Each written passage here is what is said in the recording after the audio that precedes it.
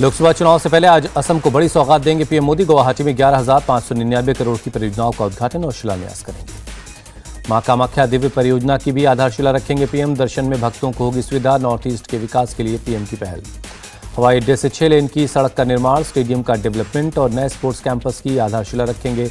Medical college की इमारत और यूनिटी मॉल की भी नींव रखेंगे। पीएम मोदी के गुवाहाटी पहुंचने पर जोरदार स्वागत हुआ। सड़क के दोनों तरफ खड़े होकर लोगों ने अभिवादन किया। गुवाहाटी के वेटनरी कॉलेज के कैंपस में पीएम के स्वागत में 1 लाख दिए जलाए गए। लोगों ने दिए से वेलकम मोदी जी लिखा। ओडिशा को पीएम मोदी ने दी विकास की सौगात। 68,000 करोड़ की परियोजनाओं का किया उद्घाटन और शिलान्यास।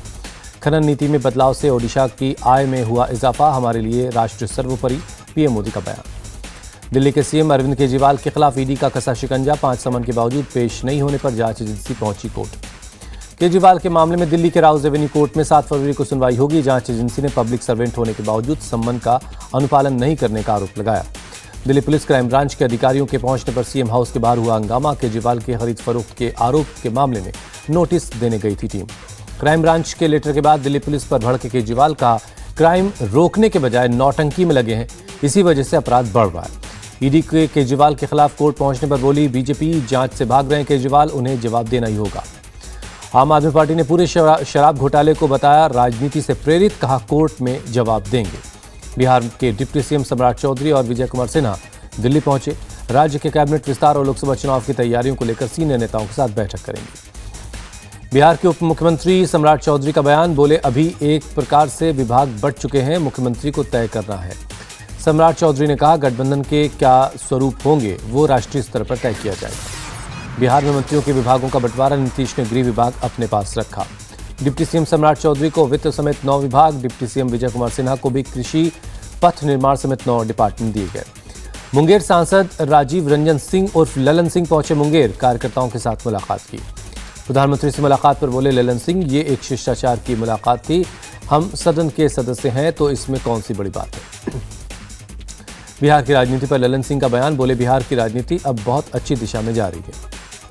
कांग्रेस नेता राहुल गांधी की भारत जोड़ो न्याय यात्रा आज झारखंड के धनबाद में होगी। जनसभा को संबोधित करेंगे राहुल गांधी। न्याय संकल्प कार्यकर्ता सम्मेलन में बीजेपी पर बरसे मल्लिकार्जुन खड़गे, कहा पीएम का नारा था सबका साथ सबका विकास, लेकिन सबका सत्यानाश कर दिया।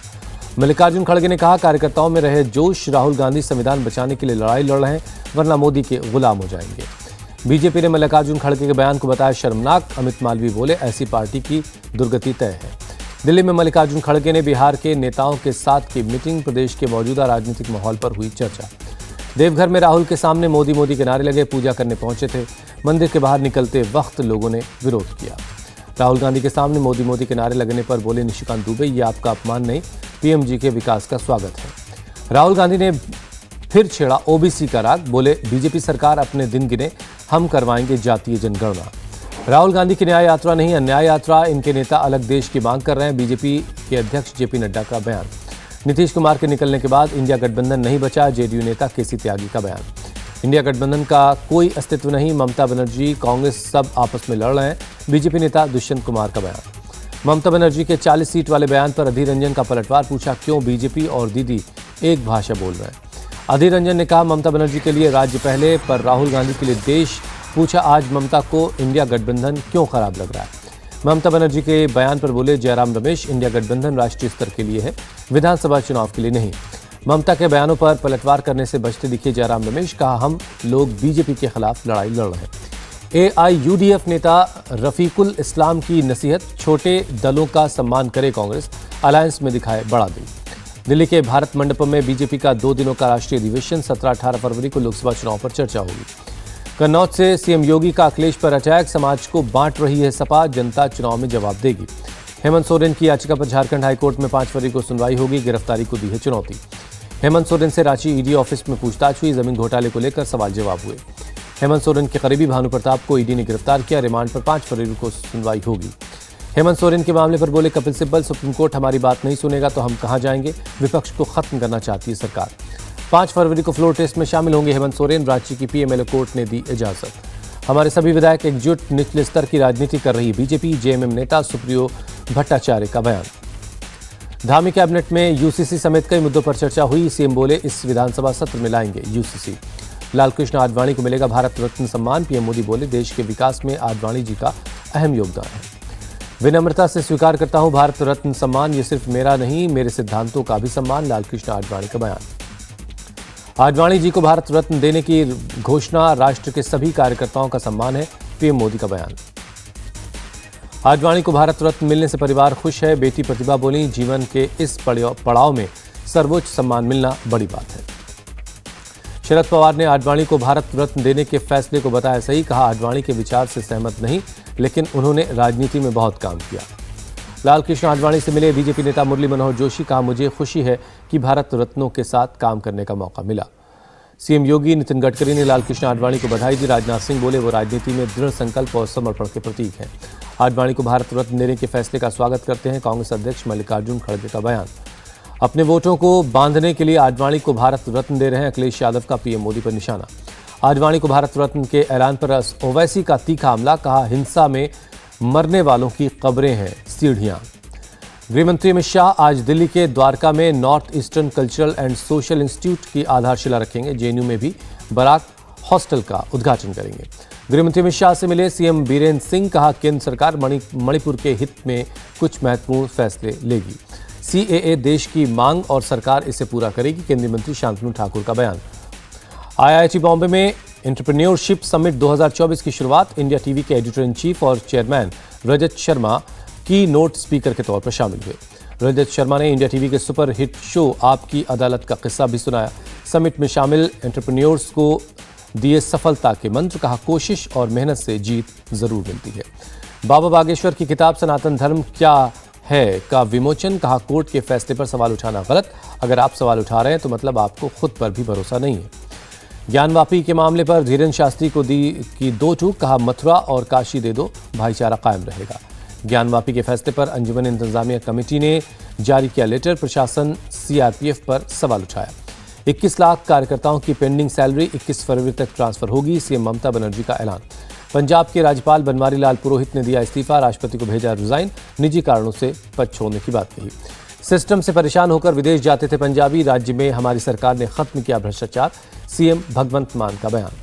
ग्वालियर में हवाई अड्डे का काम पूरा। पीएम मोदी करेंगे उद्घाटन। केंद्रीय मंत्री ज्योतिरादित्य सिंधिया का बयान। कर्नाटक में राम भरोसे कांग्रेस 100 राम मंदिरों का जीर्णोद्धार करने का किया फैसला। सीनियर ब्यूरोक्रेट संजय जाजू को सूचना और प्रसारण सचिव बनाया गया। अपूर्वा चंद्रा की जगह लेंगे। नक्सलवाद से जुड़े मामले में एनआईए ने की कार्रवाई। बिहार में 2 माओवादी कैडर्स के खिलाफ चार्जशीट दाखिल की। यूपी के मेरठ में बदमाशों के साथ पुलिस की मुठभेड़। एक कुख्यात बदमाश विनय वर्मा को ढेर किया गया। एक पुलिस वाला जख्मी है। 25,000 के इनामी विनय वर्मा ने कुछ दिन पहले एक चौकी इंचार्ज पर फायरिंग की थी। उस मामले में था वांटेड।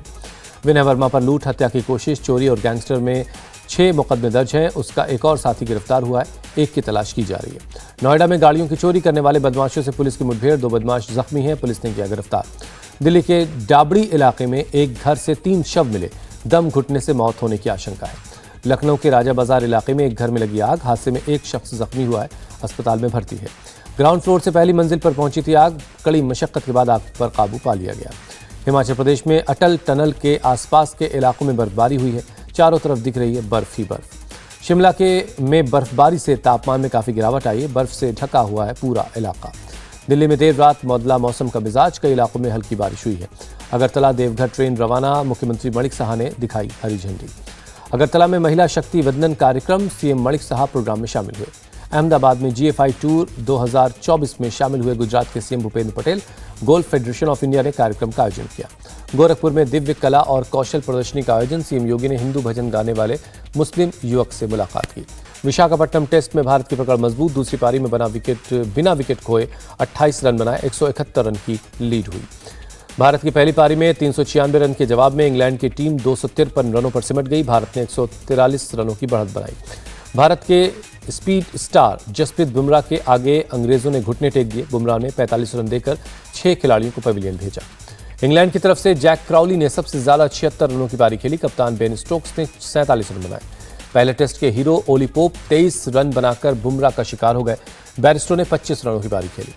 भारत की तरफ से बुमराह के अलावा कुलदीप यादव ने 3 विकेट लिए, अक्षर पटेल को 1 विकेट मिला। भारत ने दूसरे दिन अपने स्कोर 6 विकेट पर 336 रनों से आगे खेलना शुरू किया। भारत की पूरी टीम 396 रन बनाकर ऑल आउट हो गई। दूसरे दिन भारत के आकर्षण का केंद्र रहा यशस्वी जायसवाल की डबल सेंचुरी। यशस्वी ने टेस्ट में अपना पहला दोहरा शतक लगाया। यशस्वी दोहरा शतक लगाने वाले भारत के तीसरे युवा बल्लेबाज बने। डबल सेंचुरी लगाने वाले भारत के चौथे लेफ्ट हैंड खिलाड़ी हैं। बुमराह ने टेस्ट क्रिकेट में पूरे किए अपने 150 विकेट। भारत की तरफ से सबसे कम गेंदों में 150 विकेट लेने का रिकॉर्ड बनाया। वर्ल्ड टेस्ट चैंपियनशिप में बुमराह सबसे ज्यादा विकेट लेने वाले भारतीय खिलाड़ी बन गए हैं। बुमराह ने 24 विकेट लिए हैं, अश्विन को पीछे छोड़ा।